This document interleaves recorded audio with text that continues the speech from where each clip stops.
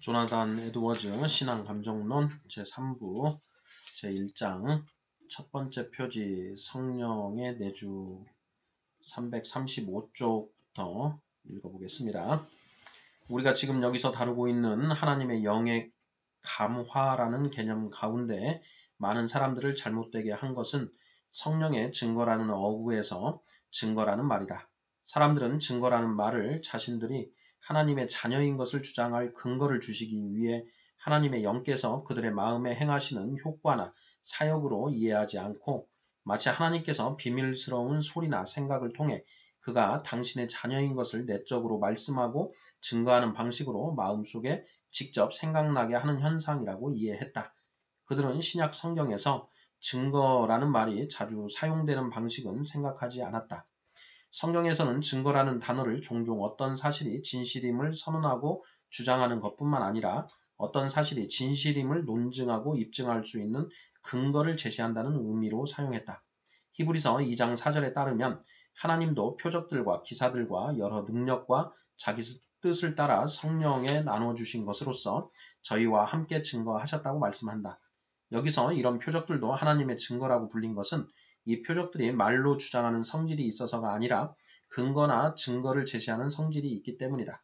그래서 두 사도가 오래 있어 주를 힘입어 담대히 말하니 주께서 저희 손으로 표적과 기사를 행하게 하여 주사 자기 은혜의 말씀을 증거하시니 라고 말씀하고 사도행전 14장 3절 내게는 요한의 증거보다 더 큰 증거가 있으니 아버지께서 내게 주사 이루게 하시는 역사 곧 나의 하는 그 역사가 아버지께서 나를 보내신 것을 나를 위하여 증거하는 것이요 라고 말씀한다. 요한복음 5장 36절 또한 내가 내 아버지의 이름으로 행하는 일들이 나를 증거하는 것이거늘 이라고 말씀한다. 요한복음 10장 25절 그래서 물과 피도 증거하는데 요한일서 5장 8절 이는 물과 피가 어떤 사실을 말하거나 주장할 수 있어서가 아니라 물과 피가 증거와 근거가 되기 때문이다. 또한 비를 주시고 계절에 따라 결실하게 하시는 하나님의 섭리적인 역사도 하나님의 존재와 선하심의 증거라고 말씀하는데 이런 역사들이 하나님의 존재와 선하심의 증거물이 된다는 것이다. 따라서 성경이 성령의 인치심을 말씀할 때 그것은 직접적인 음성이나 떠오르는 현상을 의미하는 것이 아니라 성령의 어떤 사역이나 감화를 의미한다. 이런 사역과 영향은 하나님께서 영혼에 남기시는 신적인 표지로서 하나님의 자녀인지 아닌지를 알게 해주는 증거다. 군왕의 인들이 군왕을 구별해주는 표지였듯이 하나님의 인은 하나님의 표다. 가로되 우리가 우리 하나님의 종들의 이마에 인치기까지 땅이나 바다나 나무나 해하지 말라 하더라고 말씀하며 계시록 7장 3절 그와 더불어 이르시되 너는 예루살렘 성읍 중에 순행하여 그 가운데서 행하는 모든 가증한 일로 인하여 탄식하며 우는 자의 이마에 표하라 하시고 라고 말씀한다. 에스겔 9장 4절 하나님께서 당신의 영으로 사람의 마음에 당신의 인을 치실 때 왁스 위에 남겨진 인처럼 성령께서 마음에 남기시고 박히게 하신 어떤 거룩한 자국이나 이미지가 생긴다. 이 거룩한 자국이나 박힌 형상은 그 인을 받은 사람이 하나님의 자녀라는 사실을 분명히 양심에 증거하는데 이것이 바로 성경에서 말하는 성령의 인 그리고 성령의 증거라는 것이다. 성령께서 하나님의 자녀들의 마음에 남긴 상은 바로 당신 자신의 상이다. 이것은 그들이 하나님의 자녀들이라는 사실을 알게 해주는 증거이며 그들에게 양자의 영이 그들의 마음에 남긴 아버지의 상이 있다는 사실을 알게 해주는 증거다. 고대 시대의 인에는 두 가지가 새겨져 있었다. 하나는 그 인을 소유하는 사람의 얼굴 모습이고 다른 하나는 그 사람의 이름이었다. 따라서 그리스도께서 당신의 신부에게 너는 나를 인같이 마음에 품고 도장같이 팔에 두라고 말씀하실 때 그것은 나의 이름과 얼굴 모습이 마음과 팔에 찍혀진 채로 놓아두라고 말씀하시는 것과 같았다. 군왕들의 인에는 그들의 형상이 새겨져 있어서 어떤 사물들에 그들의 인이나 왕적 표식을 찍으면 그 물건 위에 자신들의 형상이 찍힌다. 이런 방식으로 고대의 군왕들은 자신들이 소유한 귀중품과 보석에 자신의 얼굴 모습을 새겨놓았다. 그리고 그리스도와 사도시대의 로마 황제들은 보석에 새겨진 아우구스투스 형상을 인으로 사용했다. 성도들은 우주라는 제국을 소유하고 계시는 위대한 황제이신 예수 그리스도의 보석이다. 그래서 이 보석들에는 당신의 옥새이신 성령이 새겨놓은 그리스도의 형상이 있다. 성경에서 특별히 그리스도의 형상이 우리 영이라고 불리는 양심의 눈에 명백하도록 아주 정확하고 분명하게 찍혀질 때 바로 이것을 성령의 인이라고 부르는 것이다. 이것이 참으로 영적이며 초자연적이고 신적인 감화다. 이것은 그 자체가 거룩하며 하나님의 본성과 아름다움을 전달하는 것이다. 마음에 그리스도의 형상을 찍는 성령의 감화의 본질이 이러하기 때문에 거듭나지 않은 사람은 이런 감화를 체험할 수 없다. 이것은 영원히 체험할 수 있는 성령의 증거 가운데서 최고 수준의 것이다. 직접 생각나게 하는 현상이나 계시가 성령의 증거가 된다면 그리스도의 형상을 마음에 찍는 이런 성령의 감화는 하늘이 땅에서 먼 것 같이 그런 현상들보다 훨씬 더 고결하고 탁월하며 그것들을 초월해 있다. 마귀는 이것을 모방할 수 없다. 마귀는 지금 논의하고 있는 하나님의 영의 거룩하고 신적인 감화나 사역보다 비밀스러운 음성으로 말하거나 직접 어떤 일을 주장하거나 계시하는 것을 1000배 정도 더 쉽게 모방할 수 있다. 성령의 인이 어떤 사실을 직접 떠오르게 하는 현상으로 계시되는 것이 아니라 영혼 안에 있는 은혜 자체라는 사실을 완벽하게 증거하는 또 하나의 사실은 성경에서 성령의 인을 성령의 보증으로 부른다는 데 있다. 고린도후서 1장 22절을 보면 성령의 인은 성령의 보증과 같다는 것은 너무도 명백하다. 저가 또한 우리에게 인치시고 보증으로 성령을 우리 마음에 주셨느니라. 그리고 그 안에서 너희도 진리의 말씀 곧 너희의 구원의 복음을 듣고 그 안에서 또한 믿어 약속의 성령으로 인치심을 받았으니 이는 우리의 기업의 보증이 되사 그 얻으신 것을 구속하시고 그의 영광을 찬미하게 하려 하심이라. 보증이라는 것은 때가 되면 모든 것을 다 갚겠다는 표시로 합의된 돈의 일부를 미리 주는 것이며 또한 장차 전체를 완전히 소유할 것을 표시하는 행위로 지금 약속한 유업을 일부 지불하는 것이다. 확실히 그런 식으로 성령을 주시는 것은 영원한 영광의 본성을 전달하는 것이다. 그것은 가장 존귀하고 가장 탁월한 전달이며 본질상 영적이고 거룩하고 신적인 것으로서 결코 일반적이지 않다. 따라서 그것은 하나님의 영이 주시는 영감이나 숨겨진 사실들을 직접 생각나게 하는 방식으로 계시할 성질이 전혀 아니다. 왜냐하면 이런 현상들은 거듭나지 않은 많은 사람들도 체험한 적이 있기 때문이다. 영광의 보증이나 시작은 은혜 자체가 아니고 무엇이겠는가? 특히 그것이 더 활력 있고 명백하게 작용하는 때에 성도들이 체험하게 되는 은혜가 아니고 무엇이겠는가?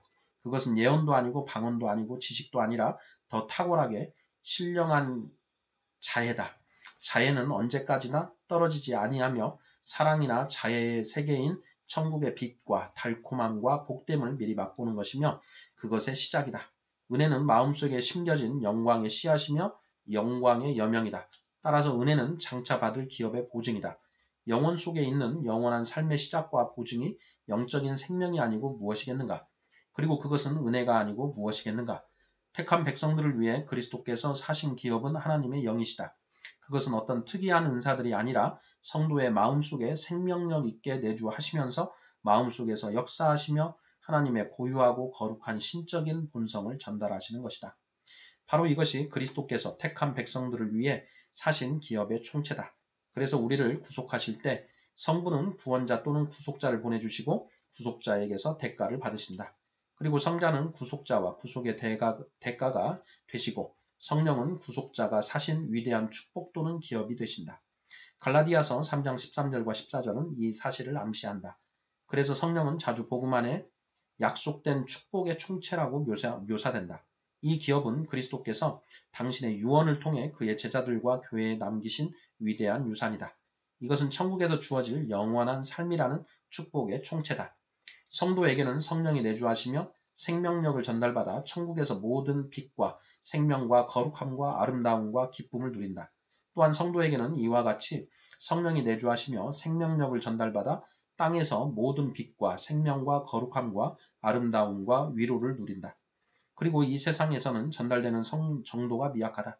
성도 안에서 성령이 생명력 있게 내주하시되 약한 정도로 그리고 작은 시작의 정도로 내주하시는 것이 바로 성령의 보증이며 장차 받을 유업의 보증이고 사도들이 성도의 처음 익은 열매라고 부른 것이다. 로마서 8장 23절에서 사도가 사용한 처음 익은 열매라는 말은 의심할 여지 없이 8장의 앞부분에서 그가 말한 것 같은 생명과 은혜의 원리를 의미한다. 8장에서 사도는 그 생명과 은혜의 원리를 영이라고 부르고 육체나 부패함과 대립시킨다. 그러므로 성령의 인과 같은 것으로 입증된 성령의 보증과 성령의 처음 익은 열매는 생명력 있고 은혜로우며 거룩하게 하는 성령의 감화와 교통이다. 또한 성령은 어떤 사실들을 직접적으로 생각나게 하는 현상이나 계시가 아니다. 사도 바울은 로마서 8장 16절에서 성령이 친히 우리 영으로 더불어 우리가 하나님의 자녀인 것을 증거하신다고 말할 때 그의 말이 무엇을 뜻하는지 충분히 설명하고 있다. 여기서 표현된 것은 그 앞에 두 구절과 연결되어 있다. 세 절을 합치면 다음과 같다. 무릇 하나님의 영으로 인도함을 받는 그들은 곧 하나님의 아들이라. 너희는 다시 무서워하는 종의 영을 받지 아니하였고 양자의 영을 받았으므로 아바 아버지라 부르짖느니라. 성령이 친히 우리 영으로 더불어 우리가 하나님의 자녀인 것을 증거하시나니. 여기서 성령이 우리가 하나님의 자녀인 것을 증거하신다고 말씀할 때 사도가 뜻하는 것은 성령이 우리 안에 내주하셔서 양자의 영과 아들의 영으로서 우리를 인도하시고 우리가 하나님을 향하여 우리 아버지를 대함과 같이 행동하도록 이끄시는 것을 의미한다. 이것은 세 구절을 종합해보면 분명해진다. 이것이 바로 사도가 말한 바 우리가 자녀이며 우리에게는 자녀의 영이나 양자의 영이 있다는 사실을 증거하는 것이다. 그러면 그것이 사랑의 영이 아니고 무엇이겠는가? 사도는 여기서 두 가지 영을 말씀하는데 하나는 무서워하는 종의 영이나 속박의 영이고 다른 하나는 사랑인 아들의 영이나 양자의 영이다. 우리는 무서움의 영인 종의 영이나 속박의 영을 받은 것이 아니라 더 순수하고 존귀한 아들의 영, 즉 사랑의 영을 받았다고 말씀한다. 사랑의 영은 자녀들이 아버지에게 다가가는 것처럼 우리가 하나님을 향해 자연스럽게 다가가게 해주며 하나님의 자녀로서 행동하도록 이끈다. 이것이 바로 성령이 우리가 하나님의 자녀라는 사실을 증거하시는 것이다. 이것이 사도가 말씀한 분명한 뜻이다.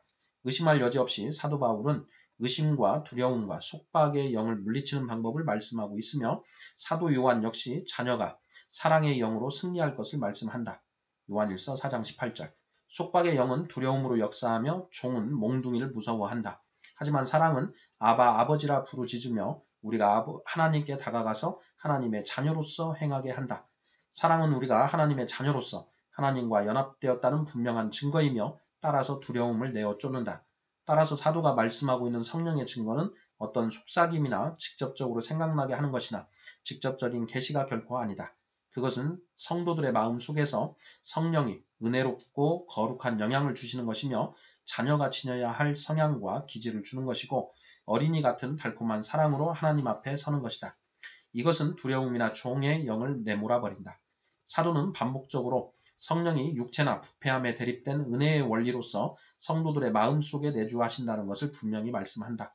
그리고 사도는 우리가 다루고 있는 로마서 8장 14에서 16절에 바로 앞 구절에서 너희가 육신대로 살면 반드시 죽을 것이로되 영으로서 몸의 행실을 죽이면 살리니 라고 말씀한다.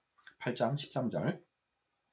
마땅히 사도는 더 활력있게 역사하는 은혜의 영이나 사랑의 영이나 자녀의 영에 특별한 관심을 기울인다. 왜냐하면 우리가 자녀인 것을 증거하는 것은 두려움을 쫓아내고 속박의 영에서 우리를 온전히 구원하는 온전한 사랑 또는 강한 사랑뿐이기 때문이다. 복음적이고 겸손한 사랑이 강하고 활력있게 역사하는 것은 하나님의 자녀가 된 영혼이 하나님과 어떤 관계인지를 확실하게 증거하는 것이다. 그런 사랑은 직접적으로 영혼을 크게 만족시킨다. 이런 경우에 영혼이 어떤 표지나 증거 없이 오직 직접적인 증거만으로 판단한다는 것은 결코 사실이 아니다. 왜냐하면 영혼은 가장 위대한 표지와 가장 명백한 증거로 판단하고 확신을 얻기 때문이다. 하지만 이런 경우에 성도는 다양한 표지나 그 표지를 길게 추론할 필요가 없다. 성도가 하나님과 연합된 관계에 있고 하나님의 은혜를 받고 있다는 것을 알기 위해서는 사랑이라는 매개체가 필요하다. 왜냐하면 하나님의 은혜는 사랑이라는 매개체로만 볼 수 있기 때문이다. 하지만 성도가 하나님과 연합되어 있다는 것을 아는 데는 매개체가 필요 없다. 연합의 끈인 사랑은 직관적으로 보이게 된다. 성도는 그의 영혼과 하나님 사이의 연합을 명백하게 보고 느낀다. 그것은 너무나 강하고 생생해서 그 사실을 의심할 수가 없다. 따라서 그는 자신이 자녀인 것을 확신하게 된다. 그가 하나님과 자신의 영혼 사이에 있는 자녀와 아버지 같은 연합을 분명하게 보고서 담대하고 자연스럽고 당연하게 아바 아버지라고 부르짖는다면 어떻게 그가 자신이 하나님의 자녀라는 사실을 의심할 수 있겠는가? 한편 사도가 성령이 우리 영으로 더불어 증거한다고 말씀할 때 여기서 우리 영이라는 말은 사람의 영이라고 말하는 우리의 양심을 뜻한다. 사람의 영혼은 여호와의 등불이라 사람의 깊은 속을 살피느니라. 잠언 20장 27절. 우리는 다른 곳에서 우리 영이 증거하는 것을 읽을 수 있다. 우리 양심에 증거하는 바니 이것이 우리의 자랑이라. 고린도후서 1장 12절. 그리고 이로써 우리가 진리에 속한 줄을 알고 또 우리 마음을 주 앞에서 굳세게 하리로다. 우리 마음이 혹 우리를 책망할 일이 있거든 하물며 우리 마음보다 크시고 모든 것을 아시는 하나님일까 보냐. 사랑하는 자들아, 만일 우리 마음이 우리를 책망할 것이 없으면 하나님 앞에서 담대함을 얻고. 요한일서 3장 19절에서 21절. 사도 바울이 하나님의 영이 우리 영과 더불어 증거하신다고 할 때 그는 두 개의 분리되고 평행하는 독립된 증거를 말하는 것이 아니다. 우리는 한 영을 통해 다른 것에 대해 증거받는다. 하나님의 영은 마음속에 자녀의 영인 하나님에 대한 사랑을 주입하고 심음으로써 증거를 주신다. 그리고 우리의 영, 즉 우리의 양심은 즐겁게 이런 증거를 받아들이고 선포한다. 성령의 증거라는 표현을 잘못되고 기만적인 개념으로 이해함으로써 많은 해악들이 생겨났다. 이 잘못된 개념에 따르면 성령의 증거는 하나님이 사람에게 주신 일종의 내적 음성이나 직접 생각나게 하는 것이나 그가 하나님께 사랑을 받는다거나 용서를 받았다거나 택함을 받았다는 등의 내용을 직접 듣는 일들이 때로는 성경 구절과 함께 때로는 성경 구절 없이 되는 것을 뜻한다. 따라서 이런 개념에서 비롯된 많은 감정 체험들이 비록 높이 고조되었지만 거짓되고 헛된 것이었다.